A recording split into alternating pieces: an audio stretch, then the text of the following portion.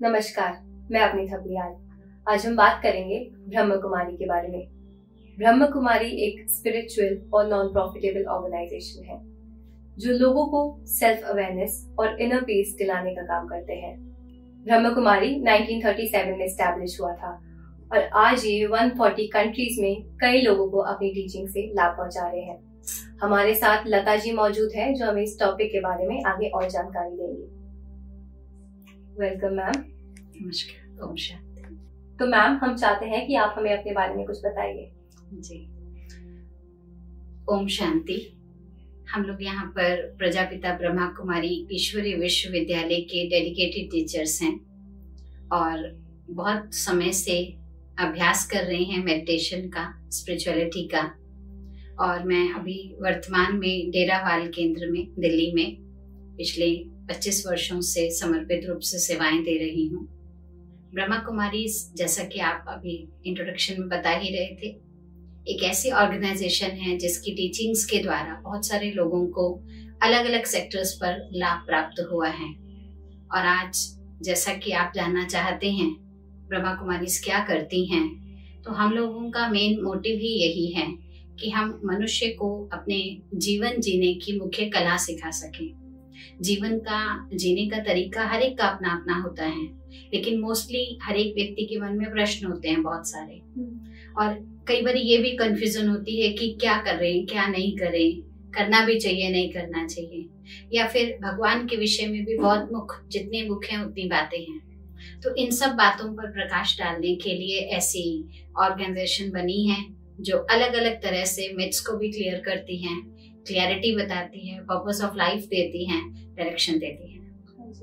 तो मैम, आप हमें बताइए कि ब्रह्म कुमारी को 1937 में एस्टैब्लिश करने का क्या रीजन था और ये उस टाइम की सोच से क्या मतलब था कि उस समय शुरू करा ब्रह्म कुमारी का कांसेप्ट? जी, प्रजापिता ब्रह्मा इसके फाउंडर रहे हैं। परमात्मा तो निराकार है, लेकिन 1936-37 के बीच में एक ऐसा सिनेरियो था जहाँ पर पुरुष प्रधानता बहुत थी।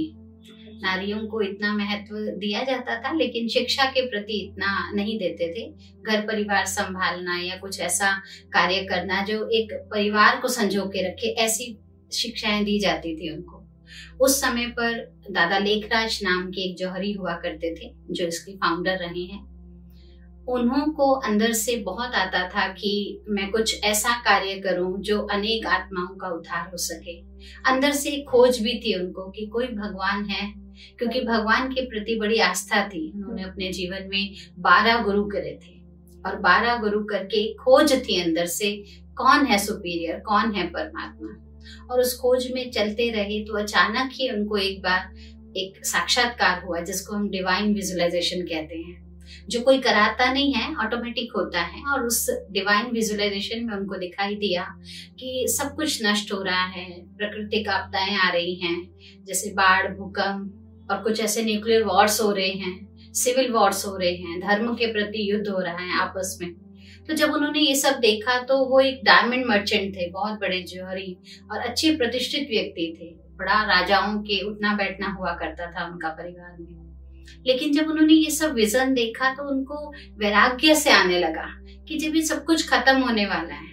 और मैं आपको बताऊंगी, उस समय तक हिरोशिमा नागासाकी का जो इंसिडेंट हुआ था वो भी नहीं हुआ था, उनको पहले ही विजन हो चुका था इसका। तो जब उनको लगा ये सब कुछ खत्म होने वाला है तो मैं ये क्यों जॉब कर रहा हूँ, मैं ये क्यों इतना डायमंड्स का काम कर रहा हूँ, क्या फायदा, सब तो नष्ट हो जाएगा। तो जैसे वैराग्य आने लगा, उस वैराग्य में वो जैसे और एकांत में जाने लग गए। जब एकांत में गए, बनारस में वो पहुंचे थे, वहां पर काशी विश्वनाथ के मंदिर के पास उनके दोस्त का कोई घर था, वहां वो रहे तो उनको एक और डिवाइन विजुअलाइजेशन हुई, एक बहुत सुंदर गोल्डन दुनिया, जैसे स्वर्ग जिसको हम कहते हैं, सरयुग कहते हैं। और ऐसा उनको लगा कि ये दुनिया आने वाली है, उसकी हमें तैयारी करनी है। तो जब ये दोनों चीजों को उन्होंने रिलेट किया तब उनको लगा कि मुझे कुछ ऐसा करना चाहिए जिससे हम उस दिव्य दुनिया को लाने की तैयारी कर सके, मदद कर सके। और इसी बीच में उनको एक बार गुरुजी के सत्संग में वो बैठे हुए थे तो उनको ऐसे इन्वोकेशन हुई जो उठकर अचानक से चले गए और जाकर अपने पूजा पाठ वाले कमरे में बैठे। उनकी बहू भी बैठी थी साथ में, वो भी गई क्योंकि उनकी एज लगभग 60-66 के बीच में थी। और वो वहां ध्यान में बैठे तो वॉइस आई ऐसी, निजानंद स्वरूपम शिवोहम शिवोहम, प्रेम स्वरूपम शिवोहम शिवोहम, प्रकाश स्वरूपम शिवोहम शिवोहम। माना मैं प्रकाश हूँ, मैं प्रेम हूँ, मैं ज्ञान हूँ, मैं आनंद का स्वरूप हूँ, मैं शिव हूँ। तो जैसे उनको वो अवेकनिंग आई कि कोई ऐसी लाइट है, कोई ऐसी माइट है जो हमें इस ऐसी नई दुनिया लाने के लिए प्रमोट कर रही है, हमें हेल्प करने के लिए तैयार खड़ी है, सिर्फ हमको थोड़ा सा कदम आगे बढ़ाना है। तो वो समय था उनके अंदर, ये अंदर से ऐसी भावना जगी विश्व कल्याण की। और धीरे धीरे कुछ सत्संगी आने लगे, ओम की ध्वनि होने लगी। तो अर्लियर इसको ओम मंडली कहते थे। मंडली माना ग्रुप ऑफ मेंबर्स बैठते हैं और ओम का उच्चारण करते थे। और कोई ज्ञान तो था नहीं, क्योंकि वो तो बिजनेसमैन थे, उनको थोड़ी ना कोई ज्ञान था। लेकिन वो इन्वोक हो रहा है कुछ, वो समझ नहीं पा रहे थे। धीरे धीरे धीरे धीरे ज्ञान आता गया। फिर तो ये एस्टेब्लिश इतना अच्छे से हो गया जो 1950 में माउंट आबू में इसका इंटरनेशनल हेडक्वार्टर बनाया गया। आज वहां पर देश विदेश से सभी भाई बहन आते हैं और वहां पर रिफ्रेशमेंट कोर्सेस होते हैं, साल भर में हर एक के लिए होते हैं। न्यू कमर्स हैं, जो रेगुलर स्टूडेंट्स हैं, और वर्ल्ड वाइड सेवाएं सारी चलती हैं। हाँ जी। मेरा दूसरा सवाल आपसे ये है कि ब्रह्म कुमारी मेडिटेशन के अलावा और कौन सी सुपर पावर में बिलीव करती है?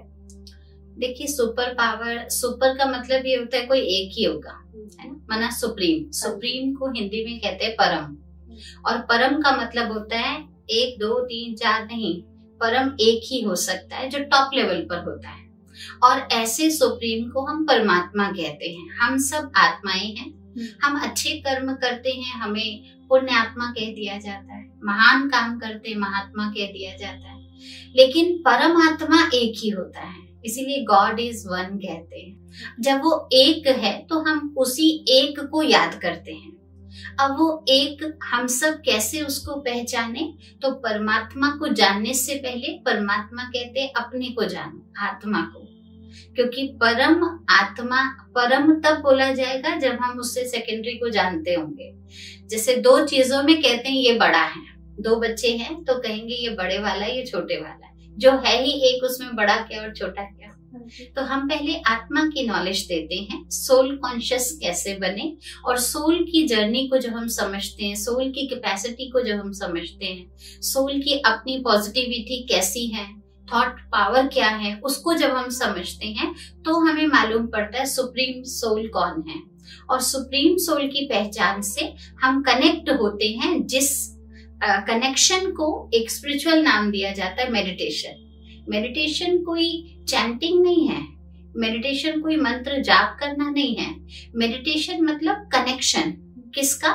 सुप्रीम से, हम आत्माओं का। जब हम सोल सुप्रीम से कनेक्ट होती हैं तो इट इज कॉल्ड मेडिटेशन, क्योंकि हम पावर लेते हैं, खुद को चार्ज करते हैं। सॉर्ट ऑफ अगर मैं एक सिंपल लैंग्वेज में कहूँ तो फोन को वायर से जोड़ना और उस वायर को प्लग से जोड़ देना, तो चार्जिंग हो रही है। तो ऐसे ही हमको परमात्मा से जोड़ना, अपने मन को हम कैसे सकारात्मक कर सके, उसकी प्रक्रिया को मेडिटेशन कहते हैं। जी। आजकल हम काफी न्यूज सुनते हैं, कोई सुसाइड कर लेता है, डिप्रेशन में रहते हैं लोग, स्ट्रेस, एंजाइटी। तो ऐसे जो नेगेटिव थॉट्स हमें अफेक्ट करते हैं, हम उनसे कैसे बच सकते हैं? देखिए, पहले तो बहुत अच्छी बात है कि आज ये व्यक्ति समझ ले कि ये नेगेटिव थॉट है। लोग तो समझते हैं ये मॉडर्निज्म है। आज छोटे से छोटा बच्चा भी कहता है मुझे बड़ी टेंशन हो रही है, उसको लगता है मैं बोलूंगा तो लगता है मैं पढ़ रहा हूँ कुछ अच्छा सा या कुछ अच्छा अचीव कर रहा हूँ। और इस मॉडर्निज्म के चक्कर में दिखाते दिखाते हम खुद को ब्लेस कर रहे हैं, मैं टेंशन वाला हूँ, मैं स्ट्रेस वाला हूँ। तो अब देखिए, सारे दिन में हम 10 बारी 20 बारी ये शब्द बोलते रहें तो सोचिए खुद को कौन सी एनर्जी दे रहे हैं, नेगेटिव एनर्जी दे रहे हैं। और जब नेगेटिव एनर्जी हम खुद ही खुद को दे रहे हैं तो हम पॉजिटिव कैसे बन पाएंगे? तो यहाँ पर ये एक मेथड सिखाया जाता है कि आत्मा जो हमारी सोल है उसके पास अपनी पावर है, थिंकिंग पावर है, विजुअलाइजेशन पावर है और हैबिट्स को चेंज करने की, संस्कारों को बदलने की शक्ति है। जब आत्मा के पास ये शक्ति है तो उस शक्ति को समझना, जानना और परिवर्तन करना। मान लीजिए मुझे मालूम है यहाँ इस कमरे में अंधेरा है, तो मैं क्या करूंगी, अंधेरा को भगाने के लिए कोई इंस्ट्रूमेंट लाऊंगी या एक स्विच ऑन करके लाइट ले आऊंगी। सिर्फ एक सिंपल काम करना है, स्विच ऑन करना है। आज हम सब क्या कर रहे हैं, अंधेरा भगाने का काम कर रहे हैं, लाइट लाने का काम नहीं कर रहे हैं। इसका मतलब टेंशन को हटाना है, टेंशन को हटाना है, स्ट्रेस बहुत हो रहा है, क्या करें, इसका बार बार बोल बोल कर और ही अंधेरे पर हम ज्यादा काम कर रहे हैं। बजाय कि नेगेटिव ये है तो पॉजिटिव क्या है। लाइक मेरा एग्जाम है, फियर है मुझे, कैसे होगा पता नहीं क्या होगा, रखना गलत नहीं है। ऐसा हमें कॉन्शियसनेस होनी चाहिए, मेरा एग्जाम है, मेरे को ध्यान रखना है, पढ़ना है, लेकिन मैंने तैयारी करी है, मेरा एग्जाम अच्छा जाएगा। मैं क्यों ना ऐसा एक थॉट लेकर इन सब नेगेटिविटी को खत्म करूंगी, तो वो थॉट का जो प्रेशर पड़ता है, स्ट्रेस जो पड़ता है, वो धीरे धीरे रिलीज होगा। और ये एक दिन से नहीं होगा, एक दिन में ही हमने टेंशन नहीं ली ना, हमने बार बार कहकर टेंशन को बढ़ाया। तो हम यहाँ पर बहुत सारे यूथ, यंग स्टूडेंट्स भी आते हैं, कोई रिलेशनशिप में टेंशन होती है तो कपल्स भी आते हैं, तो हम उनको यही बताते हैं कि सबसे पहली बात है सेल्फ को मैनेज करो। जितना हमें अपने थॉट को, हम लोग अपने थॉट पर काम करते हैं, अपने थॉट को एनालाइज करते हैं, ये रॉन्ग है, मुझे नहीं सोचना, इसकी बजाय मैं क्या अच्छा सोच सकती हूँ, उसकी चॉइस को पकड़ेंगे तो ऑटोमेटिकली चॉइस के साथ साथ चूज करने की अथॉरिटी मेरी बढ़ती जाएगी। और जब मेरी अथॉरिटी बढ़ जाएगी तो जरूर है जो मैं चाहूंगी वो मैं सोच सकूंगी। तो धीरे धीरे वो चीज लेवल अपने आप सेटल डाउन हो जाता है। ये चीज यहाँ सिखाई जाती है। How do one identifies कि whether they are moving towards the right direction in their life? तो क्या इसी दौरान हमें हमारी लाइफ पर्पस का भी मतलब पता चलता है? बिल्कुल ठीक कह रहे हैं आप। देखिए आपने शब्द बोला राइट डायरेक्शन, तो राइट डायरेक्शन पर अगर हम जा रहे होते हैं तो दो चीजें हैं जिससे मालूम पड़ जाएगा आप राइट है या रॉन्ग है। सबसे पहली चीज हैप्पीनेस। कोई भी चीज आप अगर राइट कर रहे हैं तो आपको खुशी होती है, अभी हुई नहीं है लेकिन जर्नी में ही खुशी होती है। और उसके बाद होती है कंटेनमेंट, माना आप सेटिस्फाइड हो जाते हैं कि हाँ मेरा जो डिसीजन था ये बिल्कुल ठीक था। अगर हैप्पीनेस है, कंटेंटेड नहीं है, इसका मतलब वो हैप्पीनेस भी फेक है। आज कई है किसी को मार कर, धक्का मार के फिर हंसते हैं, वो भी हैप्पीनेस दिखती है, लेकिन हम उसको हैप्पीनेस नहीं कह सकते। क्यों? क्योंकि कहीं ना कहीं अंदर गिल्ट रहती है, फालतू मार दिया मैंने इसको, क्या करता था, बाद में जरूर आएगी। तो वो कंटेनमेंट तो नहीं मिली ना मुझे। दोनों चीजें जहां पर है that is called it's I am in a right direction. और मुझे क्लियरिटी मिलनी चाहिए राइट डायरेक्शन में चलने के लिए। हम बार बार ये कॉन्शियसनेस में रखें जो मैं कर्म कर रही हूँ वो मेरे पास भी घूमकर आने वाला है, और अगर मेरे पास आने वाला है तो क्या am I agree for to take this, कि वही बिल्कुल एग्जैक्ट वही चीज मेरे पास आ जाएगी तो I will be happy, I will be satisfied और नॉट। और अगर नहीं हो रहा है it mean something is wrong. इसीलिए आज की लाइफ क्या हो गई है, कंपटीशन स्पिरिट हो गया है। आज हम एक गाड़ी लेकर कहीं जर्नी पर जा रहे होते हैं ना, तो हम रास्ते में ही कंपटीशन शुरू कर देते हैं। वो आगे जा रहा है मैं आगे जाऊं, वो आगे जा रहा है उसको ओवरटेक करूं, जबकि हम जा किस लिए रहे हैं, एंजॉय करने। और फिर रास्ते में ही क्या लेके जा रहे हैं, टेंशन लेके जा रहे हैं। एक दूसरे को साथ में बैठा हुआ भी क्या कहता है, आगे चला, हम पीछे क्यों रह गए। आप सोचिए, तो जर्नी को एंजॉय करने की बजाय हम समझते हैं हम जिस डेस्टिनेशन पर पहुंचेंगे वहां एंजॉयमेंट ले। लेकिन ब्रह्मा कुमारी की ये स्पिरिचुअल ऑर्गेनाइजेशन के थ्रू जो नॉलेज परमात्मा हमें देते हैं उसका एक फ्रेम है, बहुत सुंदर फ्रेम है। अगर ये जान ले तो मालूम पड़ता है राइट डायरेक्शन में है हम। और वो एक फ्रेज है कि खुशी के लिए काम मत कीजिए, खुशी खुशी काम कीजिए। अगर जर्नी में ही खुशी होगी तो वहां जाकर कुछ नहीं भी मिलेगा ना, आप हैप्पीली फील करेंगे। ये हमारा मैसेज है। जैसे मैम अब हमारी लाइफ में काफी डिस्ट्रैक्शंस आती हैं, बहुत चीजें हमें परेशान करती है, तो उन डिस्ट्रैक्शंस पे ध्यान ना देकर हम पॉजिटिव कैसे रह सकते हैं? देखिए, डिस्ट्रैक्शन पर ध्यान ना देना ये आपके हाथ में नहीं है, क्योंकि चीजें हैं, आंखें हैं, दिखेंगी तो जरूर। ये सब चीजें दिखती हैं, लेकिन सब चीजों को देखते हुए मुझे क्या करना है, मुझे उस पर फोकस रखना है। माना मैं प्रायोरिटी जिसको दूंगी मेरा फोकस उसी की तरफ जाएगा। इसलिए डिस्ट्रैक्शन पर ना ध्यान दे, मैं डिस्ट्रैक्ट ना हूँ, वही बात होगी ना, अंधेरे पर काम करने वाली बात होगी। हम वो ना करें, लेकिन एक टाइम टेबल बना लेते हैं, बिकॉज आप स्टूडेंट लाइफ में है जैसे, तो मैं तो सभी स्टूडेंट्स को ये मैसेज दूंगी कि टाइम टेबल सेट कीजिए। पहले का जमाना था, गुरुकुल वाला आश्रम हुआ करता था, सब चीज विधिवत होती थी। तो जब हम एक टाइम टेबल बनाकर टिक मार्क करके प्रॉपरली काम करते हैं, तो हमारा डाइवर्शन कहीं और जाता भी नहीं है, और हम जो भी करते हैं उससे अपने आप को सेटिस्फाइड फील भी करते हैं, सक्सेस हमको दिखती भी है। इसलिए टाइम टेबल बनाकर काम करें, फोकस्ड हो जाएं, तो ऑटोमेटिकली डिस्ट्रैक्शन अगर दिख भी रहा है, तो जो मेरे से लेना देना नहीं है उससे मैं कभी बॉदर करूंगी भी नहीं। जैसे एक छोटा सा एग्जांपल मैं इसको क्लियर कर देती हूँ। हमने टिकट ली है दिल्ली टू जयपुर की, हम ट्रेन में बैठ भी गए हैं, रास्ते में बहुत सारे स्टेशन आते हैं, रुकते भी हैं और बड़े अट्रैक्टिव भी होते हैं, लेकिन हम क्या उतरते हैं कहीं पर? क्यों नहीं उतरते? क्योंकि हमें याद रहता है मेरा टिकट कहाँ का है, जयपुर का है। तो ऐसे ही हमें क्या करना है, अगर गोल सेट होगा, लक्ष्य सेट होगा, तो हम बीच बीच के डिस्ट्रैक्शन से कभी भी आउट नहीं होंगे।